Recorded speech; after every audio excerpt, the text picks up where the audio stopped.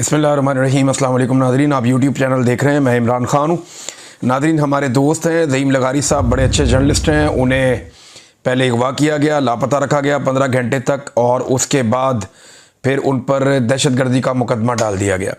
ये इंतहाई अफसोसनाक सूरत हाल है। मामला ये है कि ज़हीम लगारी साहब वही सहाफ़ी हैं जिन्होंने मरीम नवाज़ की पंजाब हुकूमत की एक करप्शन पकड़ी थी, और वो जब उन्होंने करप्शन पकड़ी तो उन्हें ISI ने अगवा कर लिया था और एक हफ़्ते तक उन्हें अगवा रखा गया था। उसके बाद जब उनको रिहा किया गया तो थोड़े दिन के बाद जो बारिशें हुई उनमें मरीम नवाज़ की करप्शन जो है वो कुदरत ने भी पकड़ ली, उसी मंसूबे की जो पंजाब हुकूमत का था।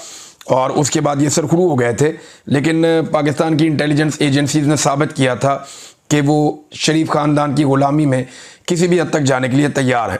अब ज़हीम लगारी साहब जो हैं उन्होंने बहुत ज़्यादा बेनकाब किया, ना सिर्फ पंजाब हुकूमत को बल्कि साथ ही साथ वो पाकिस्तान तहरीक इंसाफ की कवरेज, क्योंकि देखें मना है, मीडिया को रोका जाता है कि आपने कवरेज नहीं करनी, तो वो ये कवरेज भी करते थे। और साथ में PMLN ने जितनी भी कोशिशें की कोई छोटा मोटा जलसा जुलूस करने की, तो ज़हीम लगारी साहब वो सहाफ़ी हैं जो वहाँ पहुँच जाते थे और जाके लोगों से माइक के अंदर पूछते थे कि आप नून लीग के जलसे में क्या लेने आए हैं। तो ज़्यादातर लोग उन्हें ये बताते थे कि जनाब हमारा तो इस जलसे से ताल्लुक़ ही कोई नहीं है, हम तो इस जलसे में आने ही नहीं चाहते थे, हम तो सिर्फ कोई बिरयानी खाने के लिए आया हुआ था, किसी को पैसे देकर लाए हुए थे, कोई गरीब 2 वक्त की रोटी के लिए आया हुआ था। कुछ लोगों ने कहा जी हम तो इनका तमाशा देखने आए हैं, और सारे लोग यही कहते रहे कि हम इमरान खान के सपोर्टर हैं, हम इमरान खान को वोट डालेंगे। तो नून लीग के जो बेचारे छोटी मोटी कोशिश करते थे जलसा जलसी करने की, क्योंकि लोग तो इनके जलसों में आते नहीं है, फ़िलहाल तो सूरत हाल ये है, बेचारे पैसा वैसा खर्च करते हैं।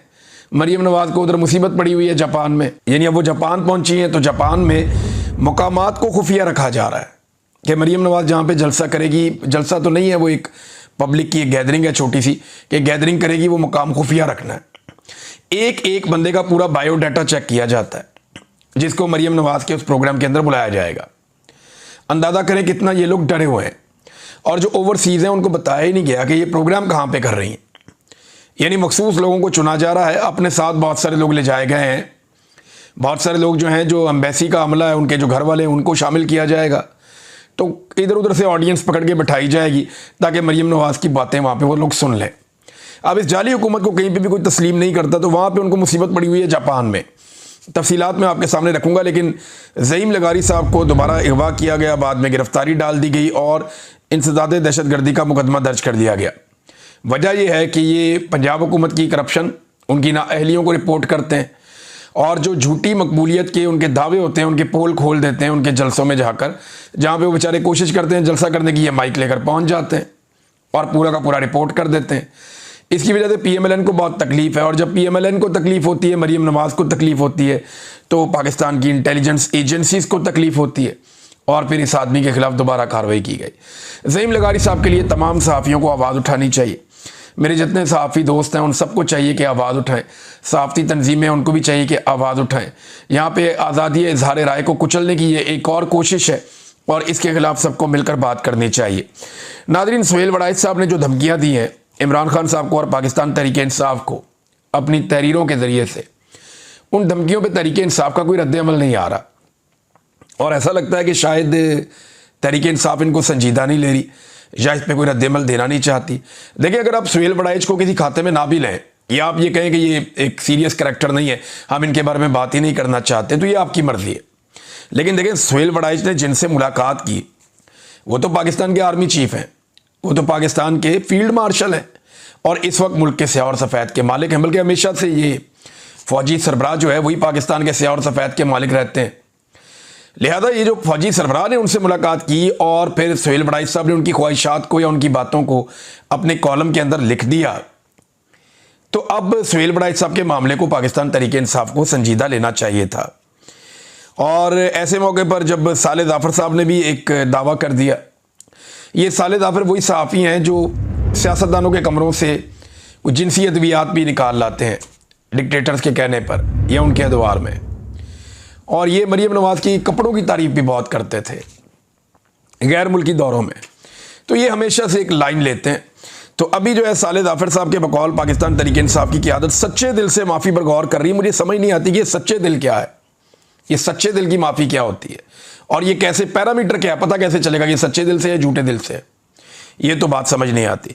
लेकिन 3 चीज़ें जो है ना वो सुहेल बड़ाई साहब के कॉलम से निकलती हैं या उनकी तहरीरों से निकलती हैं, जिन्हें पाकिस्तान तहरीक इंसाफ को संजीदा लेना चाहिए, क्योंकि उन्होंने फील्ड मार्शल से मुलाकात की बाकायदा यूरोप जाके, ब्रसल्स में।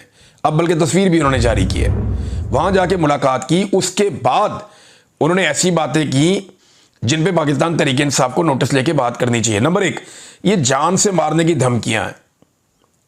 इसमें जुल्फिकार दी भुट्टो का जिक्र है, तारा मसीह का जिक्र है जिसने फांसी दी थी, या कोई सानिया हो जाएगा इसका जिक्र है। तो ये एक तरह की धमकियां हैं। एक तो धमकियां दी जा रही हैं, और बहुत सारे जो जर्नलिस्ट हैं वो ये कह रहे हैं कि जो पुराने टाउट्स हैं शायद वो कामयाब नहीं हुए, तो अब सुहेल बड़ाई जैसे सीनियर आदमी को एक मौका दिया गया है कि आप डराएं और धमकाएं, शायद ये फॉर्मूला काम कर जाए। दूसरा, आसिम मुनीर साहब से मुलाकात के बाद कहा गया, जो भी उनकी तरफ से कहा गया, उससे पहले उन्होंने जो बातें की वो थोड़ी मुख्तलिफ थी। लेकिन ये जो जान से मारने की धमकियां, ये आर्मी चीफ से मुलाकात के बाद हैं, तो तहरीक इंसाफ को संजीदा लेना चाहिए। और तीसरा, देखिए, उन्होंने ये भी कहा कि मईशत में, खारजा और दाखिली मामलात में आर्मी चीफ की बदतरीन जो है वो एक इन्वॉल्वमेंट है। ये भी उन्होंने अपने कॉलम्स के जरिए से एतराफ़ किया। लिहाजा पाकिस्तान तहरीक इंसाफ को इसके ऊपर बात ज़रूर करनी चाहिए थी। देखिए ना, आप हर लिहाज से बात कर सकते हैं कि आर्मी चीफ को ये आईनी तौर पे इख्तियार नहीं है कि वो मईशत पे बात करें, वो बात करें खारजी मामलात पे या दाखिली मामलात पे। उनकी ये डोमेन नहीं है, ये सियासतदानों की है। और अगर वो ये कर रहे हैं तो इस पर अपोजिशन ही तनकीद करेगी ना, तो अपोजिशन इस पर बात ही नहीं करती। और मैं हैरान हूँ पाकिस्तान के उलमा इकराम पे, यानी मौलवी हजरात से मेरा ये सवाल है कि मौलवी साहिबान, यानी आपको होश नहीं आ रही? सुहेल बड़ाई साहब ने अपने कॉलम में लिखकर बताया, हर छोटी छोटी चीज़ पे आप जाग जाते हैं, इद्दत वाले केस पे आपको होश नहीं आती। पाकिस्तान के मौलवियों को छोटी छोटी चीज़ों के ऊपर आप उछलना शुरू हो जाते हैं। अब मुझे ये बताएं कि अल्लाह ताला ने फरिश्तों को कहा कि आदम अलैहिस्सलाम को सजदा करो, और पाकिस्तान की एस्टेब्लिशमेंट ने इमरान खान को कहा कि माफ़ी मांग लो। अब ये मिसाल देने का तुक क्या है? यानी क्या पाकिस्तान की एस्टेब्लिशमेंट खुद को खुदा समझना शुरू हो गई है, और इमरान खान को इबलीस साबित करने के लिए ये अब कुरान पाक का ये वाला हवाला पेश करेंगे? और जिन लोगों ने माफ़ी मांग ली, क्या वो सारे फरिश्ते साबित हो गए हैं? यानी जरदारी और नवाज शरीफ, क्योंकि इन्होंने माफिया मांग के बूट पॉलिश किए हुए हैं, तो क्या ये फरिश्ते हैं अब? तो एस्टेब्लिशमेंट खुद को खुदा क्लेम कर रही है। इसके ऊपर कोई पाकिस्तान के मौलवियों ने बात की? बिल्कुल खामोश है, कोई बात ही नहीं करता। हाँ, ये ज़रूर है कि फजलुर रहमान साहब की जमात के कुछ लोगों को बड़ा गुस्सा है इस्लामाबाद में मसाजिद के मामले को लेकर, क्योंकि ये ज़्यादातर मसाजिद जो है वो ज़िया-उल-हक साहब के दौर में बनी है और फजलुर रहमान साहब की जमात और उनके फ़िरके से मुताल्लिक है। तो ये उनकी एक स्ट्रेंथ है कि इन मसाजिद में, इन मदारिस में वो बच्चे हैं जो उनके एहतजाज वगैरह में भी आते हैं, और वो उनकी एक वाबस्तगी भी है इन मदारिस और मसाजिद के साथ, एक दिली वाबस्तगी भी हो जाती है ना। तो हाफिज़ अब्दुल्ला साहब ने कहा जी कि आर्मी चीफ भी हाफ़िज़ कुरान है, मैं भी हाफ़िज़ कुरान हूँ, तो आए कुरान पाक सामने रख के बात कर लेते हैं कि कोर कमांडर हाउस पर एहतजाज और तोड़फोड़ ज़्यादा बड़ा जुर्म था, या इस्लामाबाद में एक पुरानी मस्जिद को गिराना ज़्यादा बड़ा जुर्म था।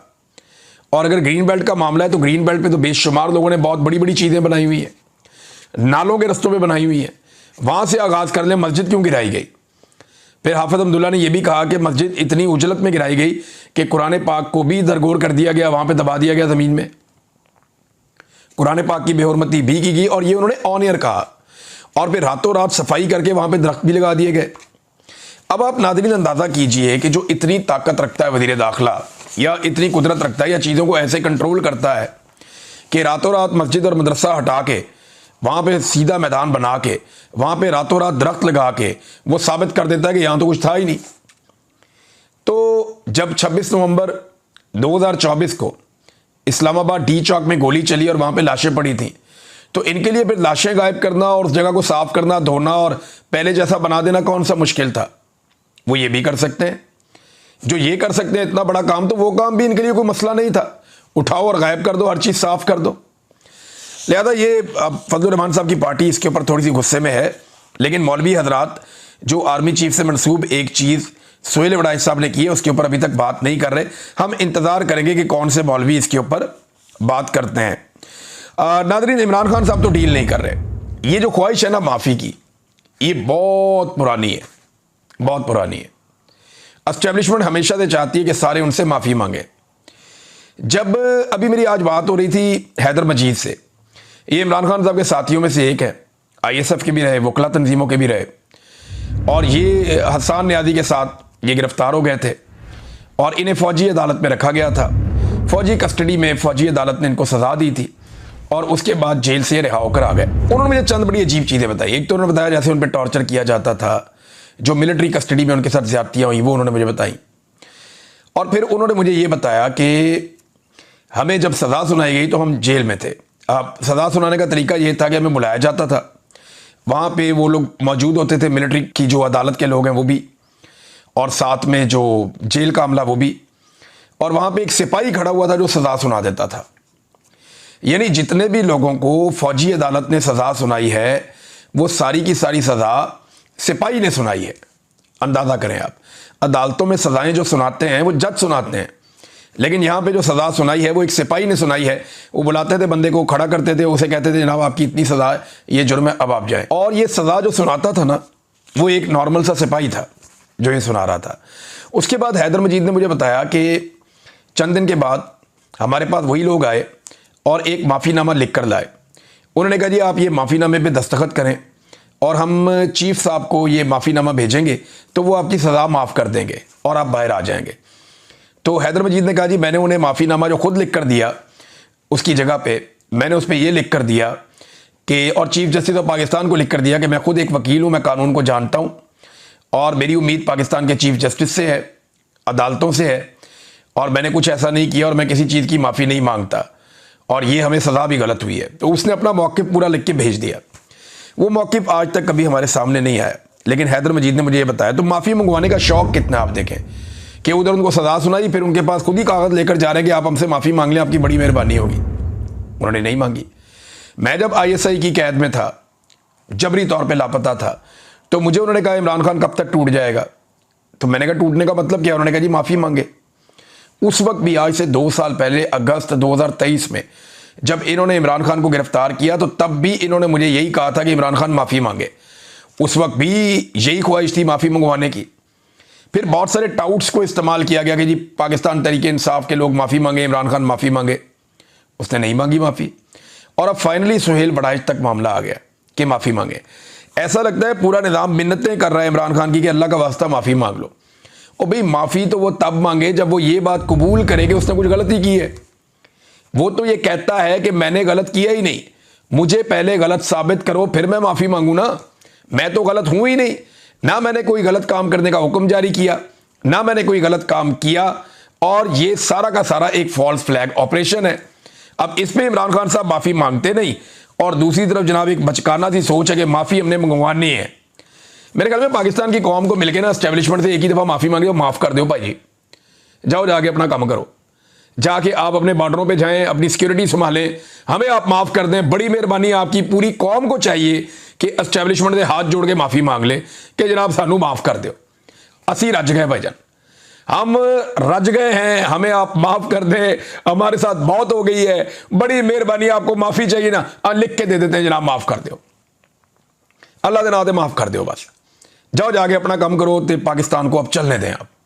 ये तो फिर यही हल रह गया पूरी कौम के पास। अगर माफ़ी का बहुत शौक है तो कौम ऐसे माफ़ी मांग सकती है। नादरीन, मोहसिन नकवी साहब ने आर्मी चीफ का वही वाला मुतनाज़ बयान जो है वो दोबारा सुना दिया मीडिया को कि एक सऊदी शख्सियत आई थी पाकिस्तान में इंडिया से होकर, बड़े इंपॉर्टेंट लोग आए थे सऊदी गवर्नमेंट के, और वो जंगबंदी पे पाकिस्तान से बात कर रहे थे। तो आर्मी चीफ ने उन्हें भी यही कहा कि इंडिया एक चमकती हुई शाइनिंग मर्सिडीज़ है। यानी ये तस्लीम किया कि बड़ी कीमती गाड़ी है, बहुत खूबसूरत शाइनिंग मर्सिडीज़ इंडिया, और पाकिस्तान एक डंपर ट्रक है। एक डंपर से मिसाल दी है पाकिस्तान को। अच्छी मिसाल भी बुलडोज़र कहा जा सकता था, और कोई अच्छी मिसाल दी जा सकती थी, लेकिन डंपर ट्रक कहा। और उसके बाद वो जो है सऊदी जो सफ़ीर आए हुए थे, जो नुमाइंदगी कर रहे थे, वो खामोश हो गए। उनके पास कहने के लिए कुछ था ही नहीं है मोहसिन नकवी के बकौल। लेकिन जब आप ऐसी बात करेंगे तो फिर अगला क्या कहेगा आपको? वो यही सोचेगा ना। और सऊदीज़ को क्या पसंद है? क्या डंपर पसंद है या मर्सिडीज़ पसंद है? तो उन्हें तो मर्सिडीज़ पसंद है, और आप अपने आप को खुद ही कह रहे हैं कि हम डंपर हैं। कोई अच्छी मिसाल देनी चाहिए थी ना। यानी मेरी समझ से बाहर है कि पाकिस्तान दुनिया को बताना क्या चाहता है और करना क्या चाहता है और इन लोगों के दिमागों में क्या चल रहा है। ये मेरी बात आप लिख कर लें। थोड़े अरसे के बाद जो जंगी जनून इस वक्त ये सारे लोग मिलकर फैला रहे हैं ना, ये इससे जान छुड़ा रहे होंगे और ये कौम को कह रहे होंगे नहीं नहीं हमने इंडिया के साथ दोस्ती करनी है, हमने तिजारत करनी है, हमने ये मामलात करने हैं, कश्मीर को आप भूल जाएं, हम लड़ना नहीं चाहते, हम अच्छे बच्चे बन के रहना चाहते हैं। आप देखिएगा थोड़े अरसे के बाद, अभी इनको मज़े आ रहे हैं किसी और वजह से, जब हालात दूसरी तरफ जाएंगे तो यही लोग दूसरी बातें करते हुए भी आपको सुनाई देंगे। अब नाज़रीन आ जाएं, जो फ्लड्स आए हैं खैबर पख्तूनख्वा में, जो सैलाब की सूरत हाल है, उस पर कुछ चीज़ें मैं आपके सामने रखता हूँ। एक ख़ानदान के 40 अफराद जाँ बहक हुए हैं बुनेर में। इंतहाई अफसोसनाक वाक़या। अब जब रिकॉर्ड इकट्ठा हुआ तो पता चल रहा है कि एक ही ख़ानदान ऐसा है जिसके 40 अफराद जाँ बहक हो गए। अल्लाह ताला उन सबको सब्र अता फरमाए, हिम्मत अता फरमाए। जो लोग बाकी बचे हैं सोगवारान, और यानी उनका बहुत बड़ा दुख है, इसको बयान भी नहीं किया जा सकता। 400 से ज़ायद अफराद मुख्तलिफ इतलात के मुताबिक खैबर पख्तूनख्वा में हालिया बारिशों में जाँ बहक हो गए हैं।